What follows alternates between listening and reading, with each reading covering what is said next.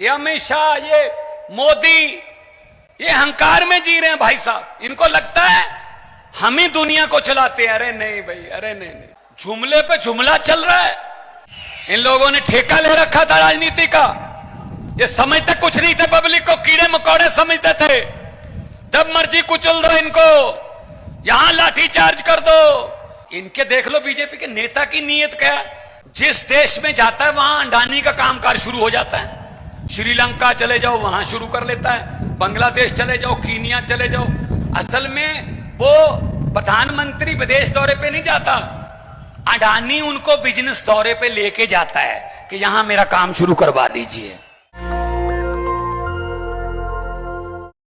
ये हमारे देश के नेता अगर सुधर जाते उसी समय तो शायद पार्टी बनाने की जरूरत ना पड़ती, लेकिन ये मजाक करते रहे।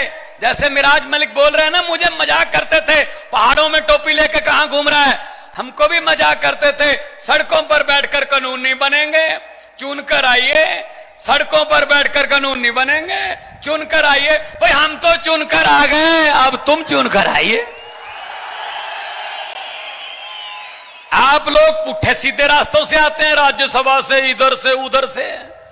ये पब्लिक है, सब जानती है। 70 साल हो गए कांग्रेस में, बीजेपी में लोगों को जूतियां घिस गई उनकी। 3 पीढ़ियां हो गई, अभी ब्लॉक का प्रधान भी नहीं बना दादा, ब्लॉक का प्रधान, क्योंकि इनके रिश्तेदारी नहीं खत्म होते। वो चलते रहते हैं भाई साहब, आगे आगे चलते रहते हैं, आगे आगे। इन लोगों ने ठेका ले रखा था राजनीति का। ये समझते कुछ नहीं थे, पब्लिक को कीड़े मकोड़े समझते थे। जब मर्जी कुचल दो इनको, यहां लाठी चार्ज कर दो। चलो नौजवानों, हमारे पास नौकरियां नहीं है, चलो जाके रशिया की फौज में भर्ती हो जाओ, जाओ लेबनान चले जाओ। अरे हमारे नौजवान यहां पढ़ लिख के रशिया की फौज में काम करेंगे जहां लड़ाई लगी हुई है। आप काम नहीं दे सकते। मुझे बताया मिराज ने, यहां स्कूलों की क्या हालत है, सरकारी स्कूलों की। ये अमित शाह, ये मोदी, ये अहंकार में जी रहे हैं भाई साहब। इनको लगता है हम ही दुनिया को चलाते हैं। अरे नहीं भाई, अरे नहीं नहीं। पंजाबी में कहावत है कि खुदा और अहंकार का बैर होता है, दुश्मनी होती है। भगवान पसंद नहीं करता अहंकारी लोगों को। ये वो है, झूठ पे झूठ चल रहा है, जुमले पे जुमला चल रहा है। मैं जब पार्लियामेंट में था, मैंने बोल दिया था, मैंने कहा मोदी जी 15 लाख की रकम लिखता हूं तो कलम रुक जाती। आ गया 15 लाख आपके खाते में? पंजाब में भी नहीं आया, फिक्र मत करो, हम भी आपके जैसी हैं। 15 लाख की रकम लिखता हूं तो कलम रुक जाती है। काले धन के बारे में सोचता हूं तो स्याही सूख जाती है। हर बात ही जुमला निकली। अब तो यह भी शक है क्या चाय बनानी आती है? यह भी शक के दायरे में है, चाय भी नहीं बनानी आती होगी भाई साहब। यह भी जुमला ही होगा। जुमले पे जुमला, झूठ पे झूठ चल रहा है। तो हम इनको यह कहना चाहते हैं, अरविंद केजरीवाल को जेल के अंदर डाल दिया, संजय सिंह को जेल के अंदर डाल दिया, मनीष सिसोदिया को जेल के अंदर डाल दिया, सतिंदर जैन अभी भी जेल में है। कौन है वो? सतिंदर जैन ने अस्पताल बनाए, मनीष सिसोदिया ने स्कूल बनाए, अरविंद केजरीवाल ने दिल्ली का इंफ्रास्ट्रक्चर बनाया, राजनीति को नई दिशा दी, देश की दिशा राजनीति को। संजय सिंह ने पार्लियामेंट में अंबानी अडानी भाई भाई, मोदी अडानी भाई भाई के नारे लगाए, तो कहते अंदर कर दो, इनको अंदर डाल दो जेल में। अरे भाई साहब, कोई जेल हमको रोक नहीं सकती। मैंने सोचा है, हम वो पत्ते नहीं जो शाख से टूट कर गिर जाएंगे, आंधियों को कह दो अपनी औकात में रहें। 16 टोल प्लाजे जो सड़कों पर लगे हुए थे हमने बंद कर दिए भाई साहब, क्योंकि आप भी उसी रोड से आते हो, होशियारपुर से, पठानकोट से, दिल्ली से अगर आते हो, बहुत से टोल प्लाजा बंद कर दिए।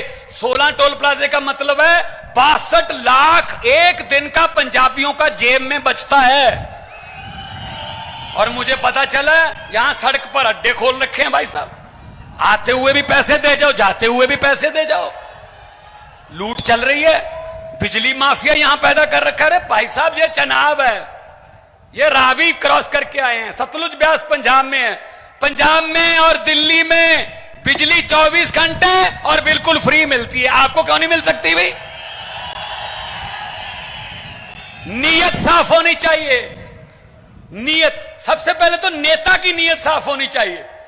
अब इनके देख लो, बीजेपी के नेता की नीयत क्या है? जिस देश में जाता है वहां अंडानी का कामकाज शुरू हो जाता है। श्रीलंका चले जाओ वहां शुरू कर लेता है, बांग्लादेश चले जाओ, कीनिया चले जाओ। असल में वो प्रधानमंत्री विदेश दौरे पे नहीं जाता, अडानी उनको बिजनेस दौरे पे लेके जाता है कि यहां मेरा काम शुरू करवा दीजिए। और फिर कहते हैं ना खाऊंगा ना खाने दूंगा, भ्रष्टाचार खत्म कर दूंगा। ये बात तो अच्छी है मोदी की कि भ्रष्टाचार को खत्म कर दूंगा, क्योंकि जितने भी भ्रष्टाचार करने वाले थे वो तो बीजेपी में ले लिए, सब भ्रष्टाचारियों को इकट्ठा कर लिया। तो भाई साहब आपने जो किया है कमाल, उसके लिए आपको सजदा करता हूं, उसके लिए आपको सलाम करता हूं कि इन वादियों में आपने अरविंद केजरीवाल का एक सोच का बीज जो है वो उगा दिया। यहां से सोचो गोवा, यहां पर हमारा एमएलए पार्लियामेंट में हमारा हिस्सा असेंबली में, पंजाब में हमारी सरकार, दिल्ली में हमारी सरकार, गुजरात में हमारे एमएलए 5, मध्य प्रदेश में हमारा मेयर महरौली में, चंडीगढ़ में हमारा मेयर, चंडीगढ़ में हमारा कारपोरेशन, गोवा में हमारे एमएलए 2। यहां से गोवा तक आम आदमी पार्टी सिर्फ 10 साल में फैल गई। यही डर है इनको कि सबसे ज्यादा तेजी से फैलने वाले लोग हैं और लालच इनको कुछ है नहीं, और देसी लोग हैं, आम लोग हैं, कोई इनको हाई फाई ये वो नहीं चाहिए, ये तो हमें खत्म कर देंगे। और यही चीज है कि जितनी देर आप लोग हमारे साथ हो उतनी देर हमें किसी चीज का डर नहीं है। उसी चीज जब तक आप लोगों का साथ है, जब तक आप लोगों का साथ है, हमें किसी चीज का डर नहीं है, क्योंकि वक्त की कमी है। और हमारे नेता जिन्होंने देश की दशा दिशा बदली, और जिन्होंने बड़े बड़े नेताओं को 56 इंच के सीने वालों को पसीने छुटवा दिए, जब उनका नाम आता है तो थर थर कांपते हैं।